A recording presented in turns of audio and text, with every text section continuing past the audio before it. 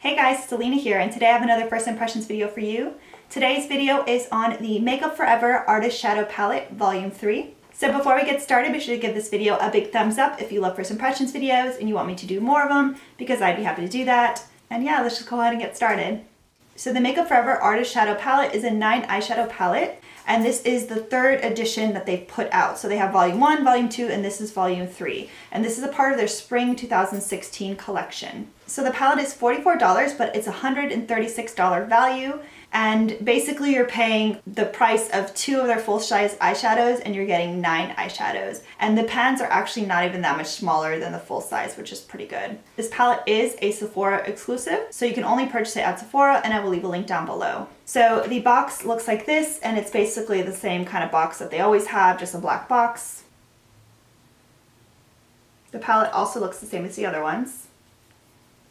It's got a magnetic closure, a decently sized mirror, and like I said, it's 9 eyeshadows.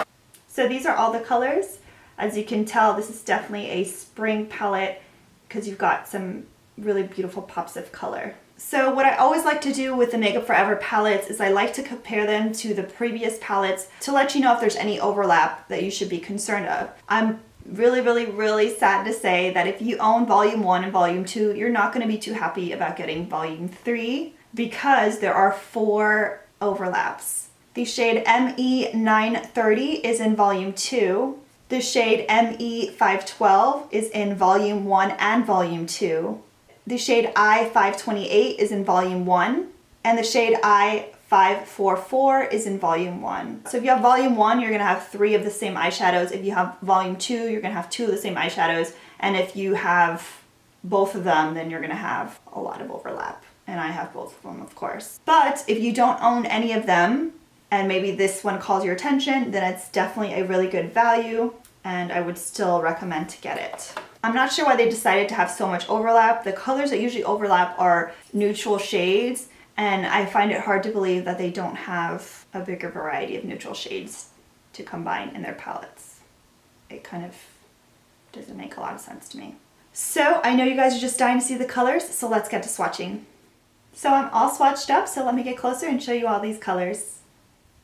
So these are all the colors together. They were all swatched with 1 swipe of color, and there's no primer on my arm. And I grouped them in the 3 rows of 3. So here we have the first row. This first color here is ME230, and it is a peacock blue. The second color is I544, and it is a pink granite. And the third color is ME930, which is a black purple. So once again, this is the first row. Here we have the second row. This first color here is D236, which is a lagoon blue. The second color is I804, which is a golden pink. And the third color is I918, which is a lavender shade. So once again, here is the second row. Lastly, we have the third row. This first color is S404, which is a straw yellow. The second color is ME5112, which is a golden beige. And the third color is I528, which is a pearl color. So once again, this is the last row. So here are all the colors again together. Some of them are super amazingly pigmented, like this really pretty black purple. It's going to be amazing for some really dramatic looks. And I'm loving this lavender. It's actually super pigmented, and it has like an iridescence to it. Amazing. To get the swatches, as you can see, I really did have to kind of dig in there, you know? So I imagine there will be fallout of your pan every time you use it.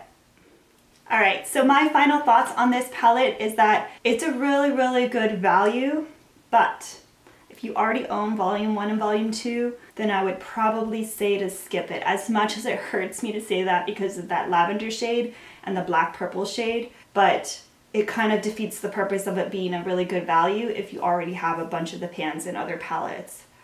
Ooh. But if you don't own Volume 1 or Volume 2, I would definitely recommend to get this palette, especially if you've always wanted to try Makeup Forever Artist Shadows and you just didn't want to pay the price of, you know, a full pan, which I think is $21 or something like that. So I would definitely recommend in that case. So once again, this palette is $44 and it is exclusive to Sephora and it's also limited edition. So if you're interested in it, be sure to pick it up. So I want to know your thoughts on this palette. Did you love it? Did you get it? Is it on your wish list?